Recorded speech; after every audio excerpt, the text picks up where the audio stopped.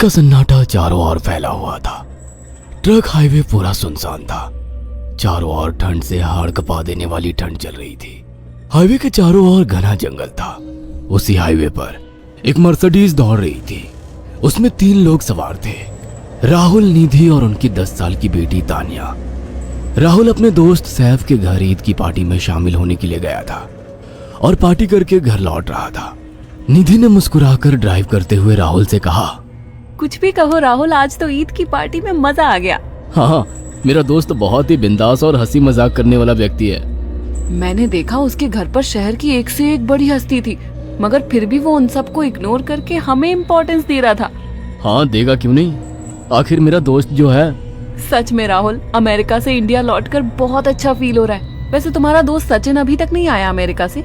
निधि की बात सुनकर राहुल चौंक कर बोला, ओह शिट यार, उसका फोन आया था कि वो इंडिया आ रहा है। उसने बोला था कि मुझे एयरपोर्ट पर पिक कर ले। निधि बहुत नाराज होगा वो। कोई बात नहीं, उससे बोल देना कि तुम्हें बिल्कुल याद नहीं रहा, और फिर तुम्हें सैफ की इनवाइट की हुई ईद पार्टी में भी तो शामिल होना था।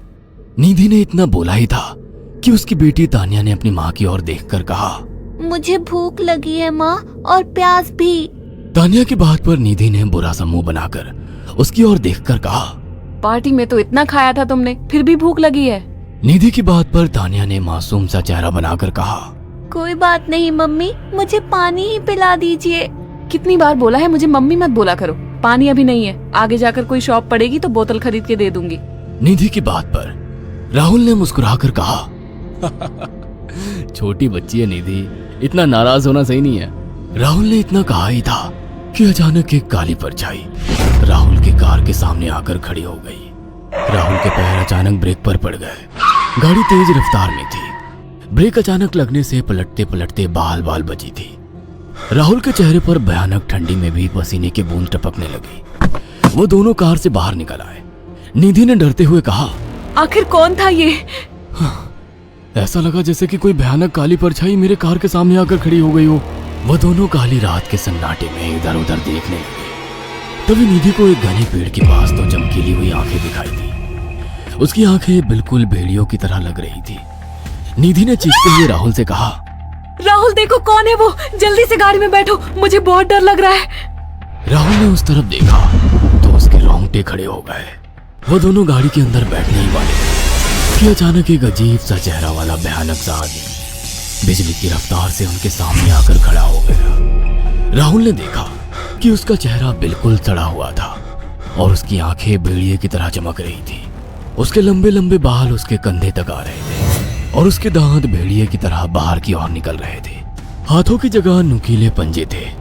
राहुल को देखकर अजीब से अंदाज में हंसने लगा, मगर जैसे ही राहुल की नजर उसके कपड़ों पर गई, राहुल की आंखें फटी की फटी रह गई। वो हकलाते हुए बोला, भाईजान, भाईजान, मुझे माफ कर दो, मुझे छोड़ दो। राहुल ने इतना कहा ही था कि अचानक उस अजीब से देखने वाले भयानक आदमी ने अपने पंजों से राहुल की गर्दन कसकर पकड़ ली और एक ही सेकंड में उखाड़ कर जमीन पर फेंक दी। राहुल के धड़ से लाल रंग का खून का फुहारा फूट पड़ा। इस भयानक मंजर को देखकर निधि के गले से एक जोरदार चीख निकल गई। निधि इससे पहले भागती कि अचानक उस भयानक दिखने वाले आदमी ने निधि को पकड़ लिया और अपने नुकीले पंजे उसके पेट में गड़ा दिए और उसकी अतड़ियां बाहर निकाल दी। निधि की एक दिल दहला देने वाली चीख सन्नाटे को चीर गई। अचानक हवा का एक बवंडर उठा और वो भयानक सा दिखने वाला व्यक्ति देखते ही देखते बवंडर के साथ गायब हो गया। तानिया ने डरते डरते निधि के मोबाइल से पुलिस और सैफ को बुला लिया और कुछ ही देर में वहां चारों ओर पुलिस की गाड़ियां थी। पुलिस ने राहुल के दोनों दोस्त सैफ और सचिन को वहीं बुला लिया। इंस्पेक्टर अर्जुन ने दोनों से कहा, मैंने ऐसी हत्याएं अपने करियर में कभी पहले नहीं देखी। ये काम तो ना किसी जानवर का लगता है, ना ही किसी इंसान का। सचिन कपकपाती हुई आवाज में बोला, आप कहना क्या चाहते हैं? कुछ कह नहीं सकता। जिस किसी ने भी इन दोनों को मारा है उससे एक बात तो साबित होती है कि वो इन दोनों से हद से ज्यादा नफरत करता था। अब सारी सच्चाई तो ये बच्ची ही बता सकती है। इतना बोलकर इंस्पेक्टर अर्जुन तानिया के पास चला गया, जो बेहद डरी हुई थी। तानिया ने आंखों देखी सारी घटना इंस्पेक्टर अर्जुन को बता दी। तानिया की बात सुनकर इंस्पेक्टर अर्जुन कंफ्यूज चेहरा लेकर मोबाइल पर किसी से बात करने लगे। सचिन इंस्पेक्टर के पास आ गया और सैफ भी डरता हुआ इंस्पेक्टर अर्जुन के पास आकर बोला, क्या हुआ इंस्पेक्टर? तानिया ने क्या बताया? उसने जो बताया वो काबिले यकीन नहीं है। उसकी बात पर किसी भी तरह से यकीन नहीं किया जा सकता। फिर भी कुछ तो बताया इंस्पेक्टर। हाँ, उस बच्ची के मुताबिक एक भूत ने निधि और राहुल को बड़ी बेदर्दी से मारा है। इंस्पेक्टर की बात सुनकर दोनों बुरी तरह से चौंक गए। क्या मतलब है इस बात का? बच्ची बेहद डरी हुई है।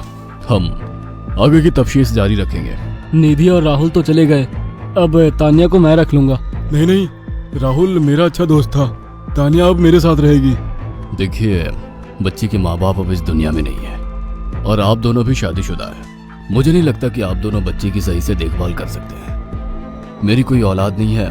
मैंने अपनी पत्नी को फोन कर दिया है, वो भी IPS ऑफिसर है। ये बच्ची आज से मेरे साथ रहेगी। उसका मासूम चेहरा मेरे दिल में उतर गया है। अब तुम दोनों जा सकते हो। पूछताछ के लिए मैं जब भी तुम्हें बुलाऊं तुम दोनों आ जाना। इंस्पेक्टर ने ये बात बोली ही थी कि अचानक वहां पर मौसम बदल गया। चारों ओर काली घटाएं छा गई और एक भयानक बवंडर उठा और देखते ही देखते सब पुलिस वालों के सामने वो भयानक चेहरे वाला आकार सबके सामने खड़ा हो गया। उसको देखकर सबके रोंगटे खड़े हो गए। देखते ही देखते उसने अपने भयानक पंजे सैफ की आंखों में डालकर उसकी आंखें निकाल ली। सैफ ने चीखते हुए वहीं दम तोड़ दिया। उस भयानक आदमी को देखकर सचिन उसके पैरों पर गिर गया। तुम तो भाईजान से कपड़े पहने हो। मैं समझ गया, तुम भाईजान हो। मुझे माफ कर दो भाईजान, मुझे यहाँ से जाने दो। मैंने कुछ नहीं किया था। वो भयानक चेहरे वाला गुर्राते हुए बोला, बता इन सबको कि ये सब इतनी भयानक मौत क्यों मरे। सचिन दौड़ता हुआ इंस्पेक्टर अर्जुन के पास गया और बोला, मैं जानता हूँ इसने इन तीनों को क्यों मारा। इसका नाम भाईजान था। जब ये जिंदा था ये किसी का भाई किसी की जान था। बहुत साल पहले ये हम सबका बहुत अच्छा गहरा दोस्त और बिजनेस पार्टनर था। ये सबकी बहुत मदद किया करता था। इसकी प्यारी सी बेटी थी तानिया, जो इस वक्त कार के अंदर बैठी हुई है। ये इसी की बेटी है। भाईजान अपने सारे पैसों से एक बहुत बड़ा हॉस्पिटल खोलना चाहता था जिससे गरीबों का मुफ्त इलाज किया जा सके, मगर हम तीनों इसके लिए तैयार नहीं थे। हमारी नीयत उसकी दौलत पर खराब थी और एक दिन हम सब धोखे से ईद के दिन भाईजान को यहाँ ले आए और इसे मारकर फेंक दिया। तो फिर तुम सबने इसकी बेटी को क्यों जिंदा छोड़ दिया? हमें बाद में पता लगा कि भाईजान ने सारी जायदाद अपनी बेटी के नाम कर दी है, इसीलिए हमने भाईजान की पत्नी को भी मार दिया। और तानिया का तुम 18 साल की उम्र पूरी करने का इंतजार कर रहे थे ताकि सारी जायदाद अपने नाम करा सको और बाद में उसे भी ठिकाने लगा सको। इसी के लिए तुम दोनों इस मासूम बच्ची को अपने साथ रखने की जिद कर रहे थे। जी, आपने बिल्कुल सही कहा। हम तानिया को भी इसी जगह लाकर मार देते। सचिन की बात सुनकर इंस्पेक्टर अर्जुन की आंखों में खून उतर आया। इंस्पेक्टर अर्जुन के कुछ कहने से पहले ही भाईजान बिजली की रफ्तार से इंस्पेक्टर अर्जुन की आंखों के सामने से सचिन को पकड़कर ले गया और उसके शरीर के टुकड़े टुकड़े कर दिए और हवा में उठे एक तेज बवंडर के साथ गायब हो गया। सारी घटना इंस्पेक्टर अर्जुन की आंखों के सामने हुई थी। तानिया को इंस्पेक्टर अर्जुन और उसकी पत्नी ने अपनी बेटी की तरह पाला।